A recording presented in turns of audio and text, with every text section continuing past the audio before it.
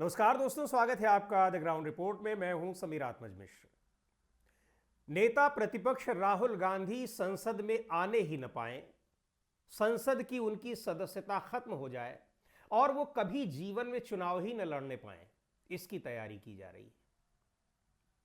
सदस्यता उनकी रद्द की जा चुकी है, आपको भली भांति पता होगा, लेकिन अब यह तैयारी की जा रही है कि वो चूंकि सबसे ज्यादा मुद्दे उठाते हैं, गंभीर मुद्दे उठाते हैं और ऐसे मुद्दे उठाते हैं कि सरकार बुरी तरीके से घिरी नजर आती है, बावजूद इसके कि राहुल गांधी को बेवकूफ और मूर्ख साबित करने की हजारों कोशिशें नाकाम हो चुकी हैं, हजारों करोड़ रुपए उस पर खर्च हो चुके हैं। लेकिन अब यह तैयारी हो रही है कि इन सब के बावजूद जब कामयाबी नहीं मिल पाई, वो हर बार चुनाव जीत रहे हैं और लोकसभा में पहुंच रहे हैं और अब तो वो लोकसभा में नेता प्रतिपक्ष भी बन गए हैं, तो कुछ ऐसा किया जाए कि उनकी सदस्यता समाप्त कर दी जाए और आगे भी वो चुनाव न लड़ पाए, यानी संसद में आ ही न पाए। इसकी तैयारी की जा रही है। बड़ी खतरनाक तैयारी है और अगर ये तैयारी हो गई तो फिर केवल राहुल गांधी के लिए नहीं, ये किसी के लिए भी की जा सकती है।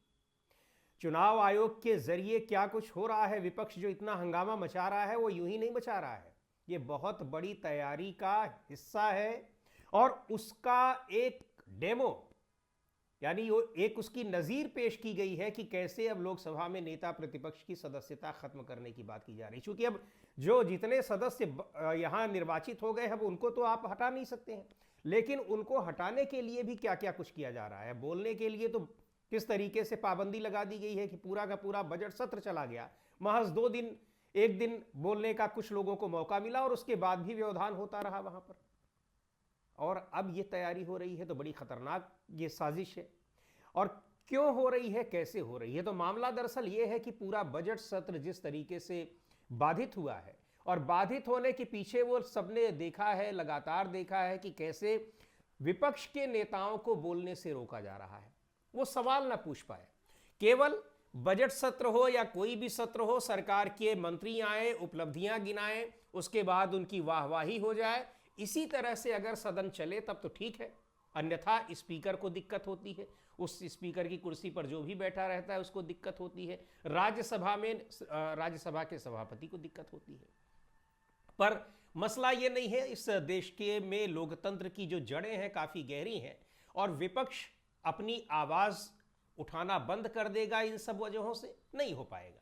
तो वही हुआ, बजट सत्र में आप मांग करते रहे जिन मुद्दों पर, और उन मुद्दों पर किस तरीके से सेना के, अब राहुल गांधी क्या मामला उठा रहे हैं? राहुल गांधी मामला उठा रहे हैं कि भाई सेना के अध्यक्ष ने लिखा है, जो हम उसका जिक्र कर रहे हैं उसका जवाब दे प्रधानमंत्री, रक्षा मंत्री, देश के एनएसए, नेशनल सिक्योरिटी एडवाइजर, कि आखिर सेनाएं जब अनुमति आपसे मांग रही हैं तो आप क्या कर रहे थे? 2.5 घंटे के इंतजार के बाद आप कह देते हैं कि जो मन में आए वो करिए। दुश्मन सेना आपके सामने खड़ी है, आपको मार रही है और आप कह रहे हैं कि जो मन में आए आप वो करिए। तो फिर आप मन में उनके कुछ भी आ जाएगा तो आप करने देंगे उनको? ये उन्होंने अपनी पुस्तक में लिखी, उनकी पुस्तक को प्रतिबंधित किया जा रहा है, छपने नहीं दिया जा रहा है, लेकिन वो पुस्तक की छपने की जानकारी प्रकाशन ने दे दी थी। वो क्या था क्या नहीं था वो मुद्दा, अब उस पर प्रकाशन के खिलाफ भी एफआईआर हो रही है, प्रकाशन से बयान दिलवाया जा रहा है, लेकिन राहुल गांधी अपने इस मुद्दे पर डटे हुए हैं। और मसला ये नहीं है कि किताब लिखी गई, नहीं लिखी गई, छपी नहीं छपी, उसमें जो कुछ लिखा है क्या वो गलत है, आप ये बताइए, जो ये सवाल पूछ रहे हैं। यूएस के साथ जो आपने अमेरिका के साथ डील की है, उस डील में भारत के हितों को पूरी तरीके से एक गिरवी रख दिया गया है, ये विपक्ष का आरोप है।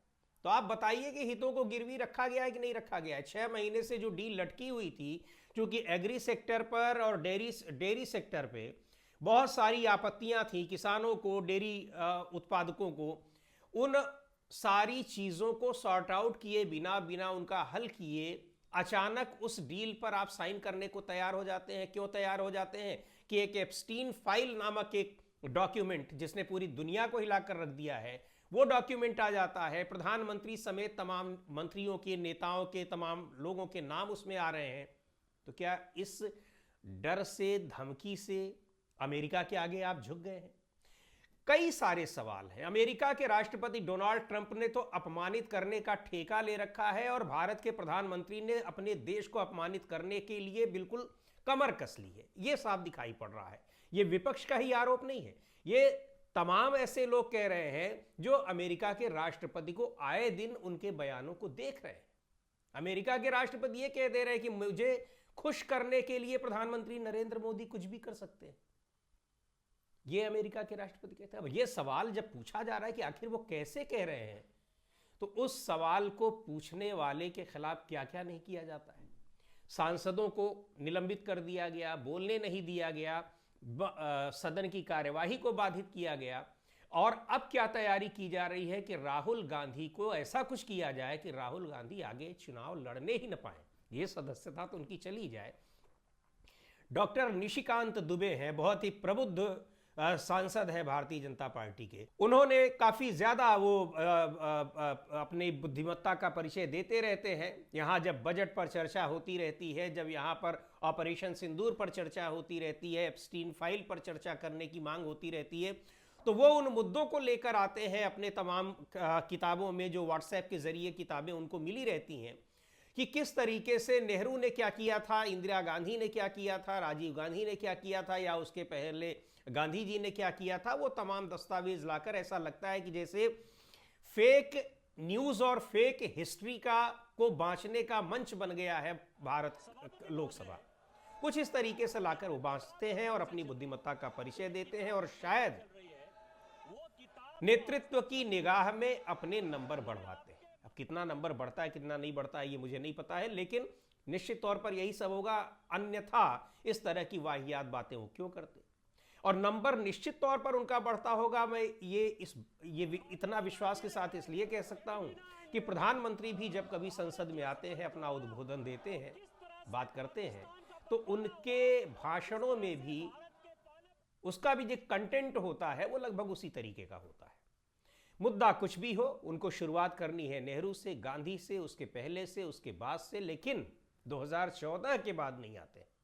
खैर, अब सवाल ये उठता है कि तो निशिकांत दुबे साहब ने एक मोशन, उसमें एक प्रस्ताव दिया है लोकसभा में नियम 352 और 353 के तहत कि राहुल गांधी विदेशी जो एक नेटवर्क है उसके प्रभाव में है, उसके प्रभाव में आकर वो बात करते हैं, संसद में बातें करते हैं, इसलिए इनकी सदस्यता रद्द कर दी जाए। और सदस्यता रद्द ही न कर दी जाए, बल्कि इनके खिलाफ ऐसा कड़ा एक्शन लिया जाए कि आने वाले समय में ये कभी चुनाव लड़ ही न पाए।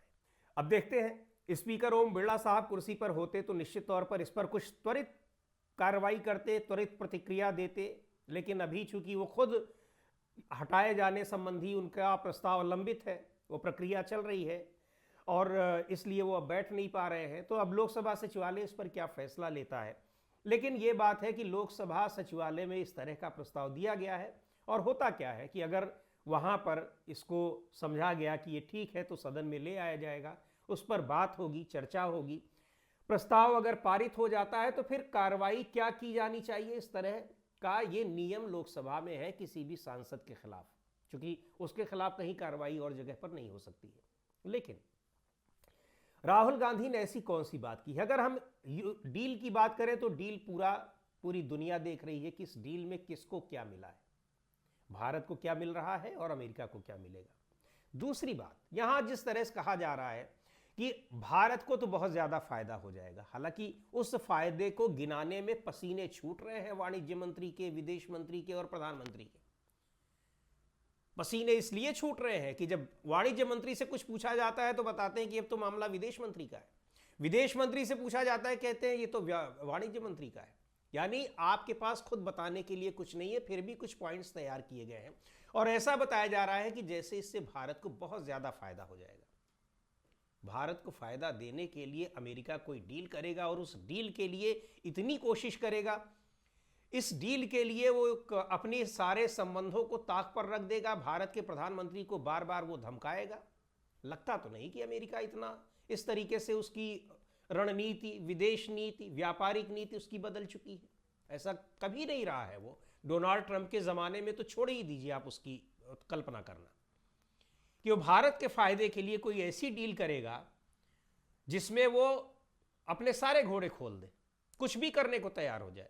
यहां तक कह दिया उसने कि अमेरिका के राष्ट्रपति डोनाल्ड ट्रंप ने कि भारत के प्रधानमंत्री का मैं चाहूं तो नरेंद्र मोदी का मैं राजनीतिक करियर खत्म कर सकता हूं।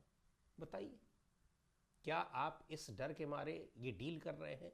देश के हितों को, देश के कृषि क्षेत्र को यहां पर पूरी तरीके से आपने उसके हितों को दांव पर लगा दिया है। यही सवाल तो पूछा जा रहा है, लेकिन यह सवाल अगर पूछा जा रहा है तो वो देश विरोधी काम है, और इसलिए ऐसे सवाल पूछने वाले के खिलाफ ऐसी कार्रवाई की जाए कि वो संसद में आने की योग्यता ही न रखे। इसमें दरअसल है क्या कि ये भारतीय जनता पार्टी की मौजूदा जो उसकी लीडरशिप है उसकी मानसिकता दिखाई पड़ती है कि सवाल पूछने वाला कोई व्यक्ति, कोई भी क्यों ना हो, वो मीडिया हो, वो कोई व्यक्ति हो, सांसद हो, राजनीतिक विरोधी हो, कोई भी हो, पहले तो उसको देश विरोधी साबित करने की कोशिश और उसकी आवाज को हर कीमत पर दबाने की कोशिश। ये उसी का एक नमूना है जो डॉक्टर निशिकांत दुबे, प्रबुद्ध सांसद भारतीय जनता पार्टी के, उनके एक प्रस्ताव के रूप में अब ये लोकसभा में लाया गया है, यानी उसको दिया गया है, उस प्रस्ताव को वहां पर पेश किया गया है। आपने देखा किस तरीके से एक डिफेम के मामले में कि मिलते जुलते नाम को लेकर राहुल गांधी ने एक बयान दे दिया कि एक ही सरनेम वाले लोग क्यों भ्रष्टाचारी हैं। उसमें गुजरात की कोर्ट ने उनके खिलाफ अवमानना का जो केस किया गया था, उसमें अवमानना का दोषी पाया, सजा दे दी। स्पीकर ओम बिरला साहब थे, तत्काल सदस्यता उन्होंने रद्द कर दी। लेकिन सुप्रीम कोर्ट में बड़ी फटकार मिली और कहा गया कि यह इस तरह से इतनी आसान नहीं होती है किसी की सदस्यता रद्द कर देना। किसी को की सदस्यता आप इतनी आसानी से दे नहीं सकते। लोकसभा में 20 लाख 22 लाख लोगों से चुनकर कोई व्यक्ति आता है। तो खैर, वो जिसको कहते हैं मुहावरा थोड़ा सा अशिष्ट किस्म का है, लेकिन कहते हैं कि आप अपनी ही बात पे वापस लौटते हैं। तुरंत सदस्यता बहाल करनी पड़ी थी, ये पिछली लोकसभा की बात है। और अब ये कोशिश हो रही है कि उनकी सदस्यता को खत्म ही कर दिया जाए, और संसद चल भी रही है तो संसद में बोलने ना दिया जाए। संसद के सत्रों की अवधि कम कर दी जा रही है क्योंकि वहां पर सवाल उठेंगे, एम्बेरेसमेंट का सामना करना पड़ेगा जिस तरह से किया जा रहा है। और क्यों नहीं करना पड़ेगा, संसद तो जनता से जुड़े मुद्दों पर सवाल पूछने के लिए है ही, और सरकार का काम है कि उसका वो जवाब दे, सदन की कार्यवाही बाधित कर दे, ये नहीं काम होता है। तो ये सारी चीजें ये दिखा रही हैं कि इस देश का लोकतंत्र जा किधर रहा है। लगता नहीं है कि उनका ये प्रस्ताव संसद में एडमिट हो पाएगा, उस पर आगे कुछ होने वाला है, लेकिन ये दिखा रहा है कि आपकी चाहत क्या है, आपकी मानसिकता क्या है। अच्छा, एक चीज और भी है कि राहुल गांधी से ही क्या सरकार डरी हुई है? उसका कारण एक है, डरी तो वो पूरे विपक्ष से रहती है, हमेशा पूरा विपक्ष इस सवाल को मिलकर कर रहा है। लेकिन राहुल गांधी निशाने पर इसलिए रहते हैं कि राहुल गांधी के साथ है कि तमाम जिन भी मुद्दों को उन्होंने उठाया, जिन आरोपों को लगाया, अक्षरशः वो सत्य साबित हुए हैं हमेशा। चाहे वो मसला वहां पर राफेल सौदे का हो, चाहे किसी दूसरे मामले का हो, जिन भी मुद्दों पर उन्होंने सरकार को घेरा है। ताजा तरीन मामला आप एप्स्टीन फाइल्स का देख लीजिए। अभी तक ये कह रहे थे, एक लाइन में विदेश मंत्रालय ने कह दिया कि बिल्कुल उसमें सत्यता नहीं है।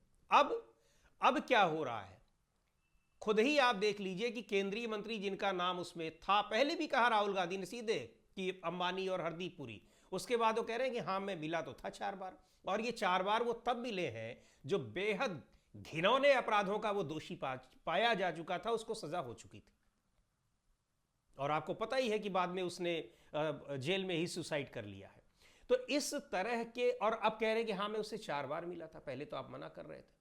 और बाकी किस तरह से हरदीप पुरी केंद्रीय मंत्री हैं, ये बात स्वीकार करने के बावजूद वो अपने पद पर बने हुए हैं, और इसको लेकर उन्होंने कितनी अशिष्टता के साथ प्रेस कॉन्फ्रेंस की है वो भी आपने देखा होगा। लेकिन इन मंत्रियों के खिलाफ कभी कुछ नहीं होगा, और उस एप्स्टीन फाइल्स में अभी बहुत से नाम और आने बाकी हैं, और खुद ही इस तरह की स्वीकारोक्तियां अभी आएंगी, क्योंकि इसको सीधे उस चीज से जोड़ा जा रहा है जिसमें डोनाल्ड ट्रंप कह रहे हैं कि मैं चाहूं तो नरेंद्र मोदी का राजनीतिक करियर खत्म कर सकता हूं। आखिर किस आधार पर वो कह रहे हैं, ऐसी क्या चीजें हैं? तो ये सवाल आपका व्यक्तिगत मसला नहीं है, ये व्यक्तिगत मसला, ये आप देश के प्रधानमंत्री हैं, देश के मंत्री हैं, तो आपको ये जवाब देना पड़ेगा, क्योंकि इसके बिना पर बहुत सारी चीजें, बहुत सारी नीतियां, देश के हितों से जुड़े हुए तमाम समझौते किए जाते हैं जिनके पीछे इस तरह की चीजों का इस्तेमाल किया जाता है। तो क्या ये आरोप जो है ये वास्तव में आरोप सही है? नहीं है तो आप स्पष्टीकरण दीजिए, आप उसको गलत तो साबित कर दीजिए, आप उसकी बात भी नहीं कर रहे हैं। और दूसरी बात यह भी है कि राजनीतिक रूप से जो राहुल गांधी की बात हो रही है, तो राहुल गांधी के मुद्दों को जनता ने समझना शुरू कर दिया है। खुद राहुल गांधी कह चुके हैं कि मेरी छवि को खराब करने के लिए हजारों करोड़ रुपए खर्च किए गए हैं, लेकिन अब क्या हो रहा है, नतीजा उसका भी किस तरीके से दिखाई पड़ रहा है। जिस तरह 2024 के लोकसभा चुनाव में उसका नतीजा भी दिख गया है कि कैसे पूरे अभियान की हवा निकाल दी थी संविधान के मुद्दे ने, अग्निपथ के मुद्दे ने और उन तमाम मुद्दों ने, कि किस तरह से जो आकांक्षा है संविधान को बदलने की भारतीय जनता पार्टी की, आप 400 पार का नारा दे रहे थे, आपको 240 पर लाकर पटक दिया। और इस 240 की टीस इतनी ज्यादा आपको है कि आप उससे पीछा छुड़ा नहीं पा रहे हैं। तो राहुल गांधी को कोशिश कर रहे हैं कि आप वो संसद में आने ही ना पाए, लेकिन आप संसद में आने से किसी को कैसे रोक लेंगे? संसद में तो बहुत से लोग नहीं है, लेकिन आप सवाल करने वालों को नहीं रोक पाएंगे। हर सवाल संसद में ही नहीं पूछा जा रहा है। संसद में तो आपने चलने नहीं दिया, लेकिन नरवणे साहब की पुस्तक का भी जिक्र पूरी दुनिया को पता लग गया। एप्स्टीन फाइल्स के बारे में भी सबको पता लग गया, जितनी बातें अभी तक आई हैं। इसके अलावा व्यापार डील के बारे में किसको नहीं पता है? तो जो भी चीजें हैं इनसे कौन अनजान है? और चुनाव के नतीजे भी बता देते हैं कि जब आपने संविधान को बदलने की आकांक्षा पाली थी, उस आकांक्षा की पूर्ति के लिए आप चुनाव लड़ रहे थे, तो जनता ने आपको किस तरीके से आईना दिखाया है। आज की वीडियो में इतना ही। अगले वीडियो में फिर मिलेंगे एक नए विषय के साथ, एक नए मुद्दे के साथ। द ग्राउंड रिपोर्ट के यूट्यूब चैनल को आपने अब तक सब्सक्राइब न किया है तो जरूर कर लें। हमारे वीडियोस को लाइक करें, शेयर करें और अपने सुझाव भी हमें जरूर भेजें।